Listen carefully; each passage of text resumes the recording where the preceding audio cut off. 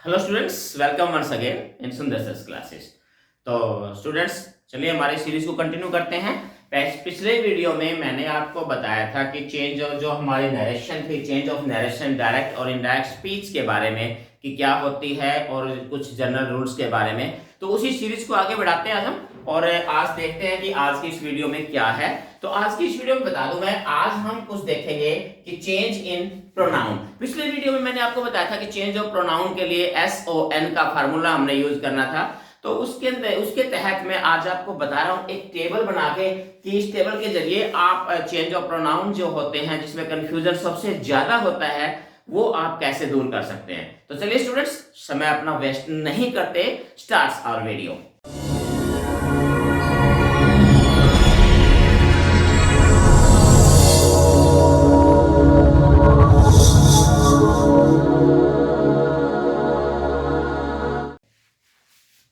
तो स्टूडेंट्स, सबसे पहले आप देखिए इस टेबल को। अगर आप इस टेबल को अपने दिमाग के अंदर सेट कर लेते हैं तो निसंदेह चेंज ऑफ प्रोनाउन का जो है हमारा जो फॉर्मेट है, ये आपको बिल्कुल भी कंफ्यूजन लेस हो जाएगा, किसी प्रकार का आपको कंफ्यूजन नहीं रहेगा। इसलिए इस टेबल को याद करना बहुत ही जरूरी है, आपके दिमाग में इसे प्रिंट कर लीजिए। अब अगर मैं बात करूं इसकी, तो सबसे पहले देखिए यहाँ पर हमने पर्सन लिखा है, जैसे फर्स्ट पर्सन, सेकेंड पर्सन और थर्ड पर्सन। यहाँ इसका सब ये केसेस हैं, subjective case, objective case and possessive case. ये चीज का आपने याद रखना है। दो चीजें याद रखनी है आपने चेंज ऑफ प्रोनाउन में। नंबर सबसे पहले कि person, either the subject, first person, second person और थर्ड पर्सन, और दूसरा उसका केस याद कर रखना आपने कि इज इट सब्जेक्टिव, ऑब्जेक्टिव और पजेसिव। ये दो चीजें आपने अच्छी तरीके से याद रखनी है। अगर हम बात करें फर्स्ट पर्सन की, तो फर्स्ट पर्सन में स्टूडेंट्स हमें पता है कि आई और वी, सिंगुलर आई होता है, प्लूरल इसका वी होता है। अगर हम फर्स्ट पर्सन के ऑब्जेक्टिव केस की बात करते हैं तो आई का ऑब्जेक्टिव मी होता है, वी का अस होता है। और इसी प्रकार से पजेसिव के अंदर अगर हम जाएं तो आई का पजेसिव माई और वी का आर होता है। तो ये आपके पजेसिव केस होते हैं फर्स्ट पर्सन के, सब्जेक्टिव, ऑब्जेक्टिव और पजेसिव केस। इसी प्रकार से अगर हम बात करें सेकंड पर्सन की, तो सेकंड पर्सन में सब्जेक्टिव केस इसका हमारे पास यू होता है और ऑब्जेक्टिव केस भी हमारे पास यू ही होता है, क्योंकि सेकंड पर्सन का सब्जेक्टिव और ऑब्जेक्टिव दोनों केसेस यू होते हैं सेम। और अगर बात करें पजेसिव की, योर इसका पजेसिव केस होता है। अब बात करें हम थर्ड पर्सन की, क्योंकि थर्ड पर्सन में सारी चीजें इंक्लूड होती हैं आई वी और यू को छोड़ के।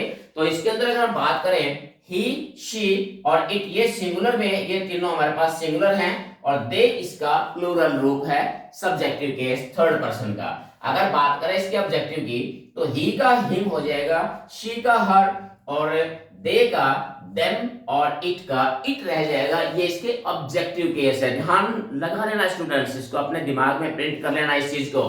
बात करें पॉजिटिव की, ही का हिज, शी का हर, दे का देयर और इट का इट्स, ये इसके पॉजिटिव केस हो जाएंगे। तो स्टूडेंट, इस चीज को आपने एक बार फिर मैं बता देता हूं कि दो चीजें याद रखनी है आपने चेंज ऑफ प्रोनाउन में। पहला तो ये कि सब्जेक्ट कौन सा है, सब्जेक्ट का पर्सन कौन सा है, फर्स्ट, सेकंड और थर्ड पर्सन। और the other thing you have to learn about that is the case, either it is subjective, objective और द पॉजिटिव केस। क्योंकि चेंज ऑफ प्रोनाउन हमेशा इसी के अकॉर्डिंग होते हैं कि अगर आपने सब्जेक्टिव केस है तो आपने चेंज के बाद सब्जेक्टिव केस ही लगाना है, ऑब्जेक्टिव केस के रिप्लेसमेंट ऑब्जेक्टिव केस ही होगा, पॉजिटिव केस की रिप्लेसमेंट पॉजिटिव केस ही होगा। तो इसलिए इस टेबल को आपने बहुत अच्छी तरीके से अपने दिमाग में प्रिंट कर लेना है। तो चलिए, यहां तक आपको समझ में आ गया। चलिए हम आगे बढ़ते हैं, फटाफट दूसरे रूल की तरफ जाते हैं। अब जो रूल मैं आपको दूसरा रूल इसमें बता रहा हूं, उसको भी थोड़ा सा आपने ध्यान से देखना है। बिल्कुल ही इंपॉर्टेंट रूल है ये भी, क्योंकि यहां पर भी मिस्टेक्स के चांस सबसे ज्यादा होते हैं। और वो हमारा रूल है चेंज इन टेंसेस। सबसे इंपॉर्टेंट जो है इसका रूल होता है चेंज इन टेंसेस, क्योंकि जब हम डायरेक्ट स्पीच को इनडायरेक्ट स्पीच में चेंज करते हैं या फिर इनडायरेक्ट को डायरेक्ट में वापस चेंज करते हैं, तो टेंसेस जो होता है, रिपोर्टेड स्पीच है उसका टेंस जो है वो बदल जाता है। ध्यान रखना है, टेंस हमेशा रिपोर्टेड स्पीच का बदलता है, रिपोर्टिंग वर्ब का नहीं बदलता। इस चीज को दिमाग में रखना है। तो चलिए फटाफट देख लेते हैं कि कौन से इससे संबंधित रूल्स हैं। अगर मैं बात करूं सबसे पहला रूल इसमें, तो इसको देखिए आप, इफ, ये क्या था, RB reporting verb, if reporting verb is in present और फ्यूचर टेंस। ध्यान रखना है, अगर रिपोर्टिंग वर्ब आपकी प्रेजेंट या फ्यूचर में है, नो चेंज टेंस, यानी टेंस में कोई बदलाव नहीं करना। रिपोर्टिंग वर्ब और इसलिए मैंने आपको रिपोर्टिंग वर्ब और रिपोर्टिंग स्पीच के बारे में पहले आपको बताया था। तो ध्यान रखना कि रिपोर्टिंग वर्ब, अगर आपकी रिपोर्टिंग वर्ब प्रेजेंट या फ्यूचर टेंस में है तो इसका मतलब क्या है कि रिपोर्टेड स्पीच का टेंस आपने नहीं बदलना, एज इट इज रहेगा। ध्यान रखना इस चीज को। दूसरा रूल क्या कहता है? दूसरा रूल भी ये कहता है, if there is general truth, proverb और habitual action in reported speech, no change. आप इसमें थोड़ा ध्यान रखना कि अगर रिपोर्टेड स्पीच में यूनिवर्सल ट्रूथ है, जनरल ट्रूथ है, साइंटिफिक ट्रूथ है, परमानेंट ट्रूथ है, और या फिर कोई हिस्टोरिकल फैक्ट है, कोई प्रोवर्ब है, यूनिवर्सल ट्रूथ है, या फिर कोई हैबिचुअल एक्शन है, तब भी आपने रिपोर्टेड स्पीच का टेंस नहीं बदलना। इस चीज को भी ध्यान में रखना है। तो दो हमारे पास ऐसे सर्कमस्टांसेस होती है कि उनके अंतर्गत हमने रिपोर्टेड स्पीच का टेंस नहीं बदलते। First is if the reporting verb if the reporting verb is in present or future, and the other one is if there is a permanent or universal truth, habitual action, proverb is in reported speech, then there will be no change in the tense। कि tense में कोई बदलाव नहीं होगा। Student इसको अपने दिमाग में रख लेना, इस बात को अच्छी तरीके से। अब देखिए कुछ एग्जांपल बता रहा हूं मैं, दोनों रूल्स जो मैंने बताए हैं इनके कुछ एग्जांपल फटाफट देख लेते हैं जल्दी जल्दी। पहले देखिए, the teacher said to students the earth moves round the sun. अब इस सेंटेंस में देखिए, ये हमारे पास है रिपोर्टिंग वर्ब, ये हमारे पास रिपोर्टेड स्पीच। अब हमने देखना क्या है कि रिपोर्टिंग वर्ब का कंडीशन है इसमें। हालांकि देखिए रिपोर्टेड जो हमारी रिपोर्टिंग वर्ब इसमें पास्ट टेंस है, तो रूल ये कहता है कि अगर पास्ट टेंस है तो इसके टेंस चेंज होते हैं। लेकिन हमारा पहला रूल क्या कहता है? देखिए दूसरा रूल हमारे पास इस पे लागू होता है, जनरल ट्रूथ, प्रोवर्ब या फिर हैबिचुअल एक्शन है तो इसका टेंस नहीं बदलता। अब इसमें क्या है, the earth moves around the sun, इसमें यूनिवर्सल ट्रूथ है। तो इसका मतलब क्या हुआ कि रिपोर्टेड स्पीच का टेंस नहीं बदलेगा। एग्जांपल के देखिए, the teacher told the students, ये टोल्ड वर्ड हमने पिछले वीडियो में मैंने आपको बताया था कि से और सेड को जो है आपने अकॉर्डिंग टू सेंस चेंज कर देना है। तो यहां सेड जो है आपका टोल्ड में बदल गया। द स्टूडेंट्स दैट, यहां कंजक्शन हमने दैट लगा दिया, ये भी रूल हमने बता चुका हूं पहले, कई इन्वर्टेड कॉमास को खत्म करके, that the earth moves round the sun, यानी एज इट इज हमने इसको लिख दिया, कोई चेंज इसमें नहीं करना, कोई चेंज टेंस में कोई बदलाव नहीं होगा। क्यों? क्योंकि रिपोर्टेड स्पीच आपकी यूनिवर्सल ट्रूथ है, उसमें परमानेंट ट्रूथ है, या फिर कोई प्रोवर्ब है, या फिर कोई हिस्टोरिकल फैक्ट है, तो आपने टेंस नहीं बदलना। तो ये सेंटेंस आपका इसको प्रूव करता है। दूसरा एग्जांपल देखिए, the old man said union is strength. अब यहां देखिए रिपोर्टेड स्पीच में यूनियन स्ट्रेंथ क्या है, ये एक प्रोवर्ब है। यूनियन स्ट्रेंथ एक प्रोवर्ब है और वैसे भी एक यूनिवर्सल ट्रूथ है। तो यहां पर भी हमने क्या करना है कि यहां पर भी अगर आप देखोगे the old man said that, ये वही हमने सिंपल सेंटेंस का अफर्मेटिव सेंटेंस का इसका कंजक्शन दैट लगा दिया, यूनियन स्ट्रेंथ, यानी इज का यहां पर भी इज था तो इज का इज रहेगा। इसका मतलब क्या है कि इसमें कोई बदलाव टेंस में नहीं करना आपने।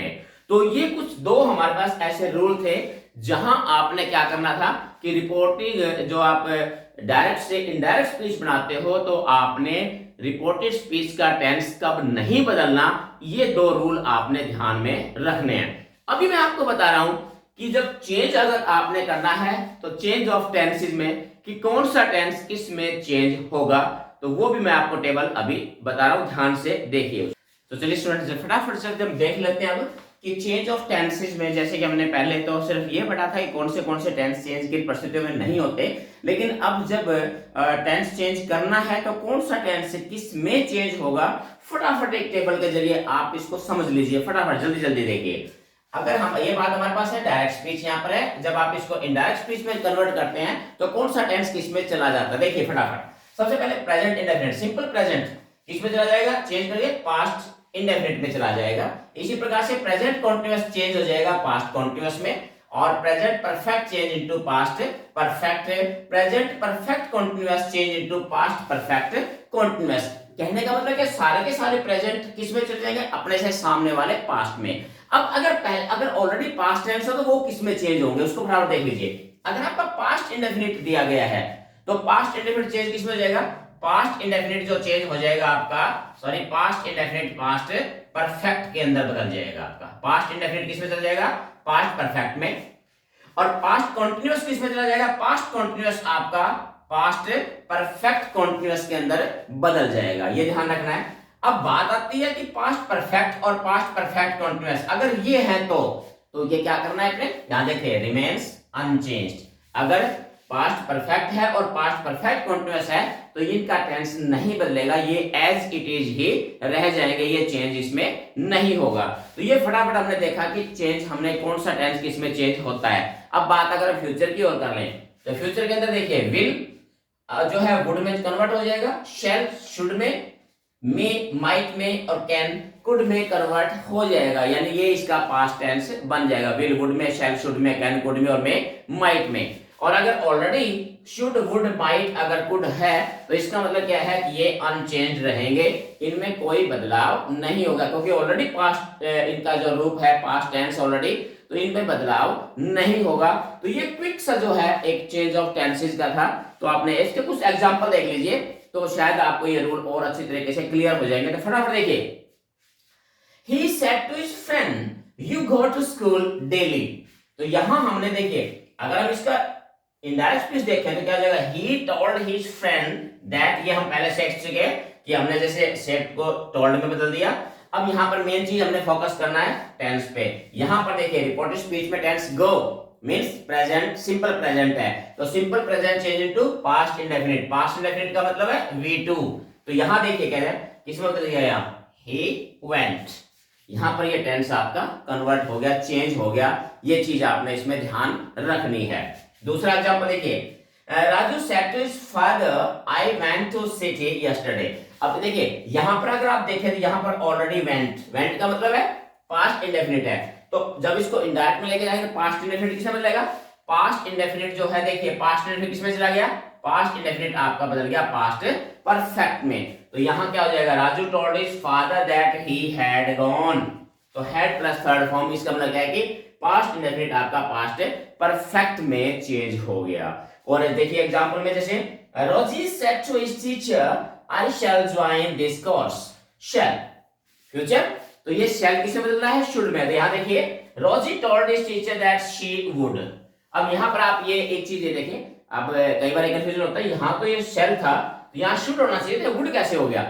तो शैल और शुड जो है जो भी है, अब क्योंकि यहां शैल इसलिए था क्योंकि यहां फर्स्ट पर्सन था।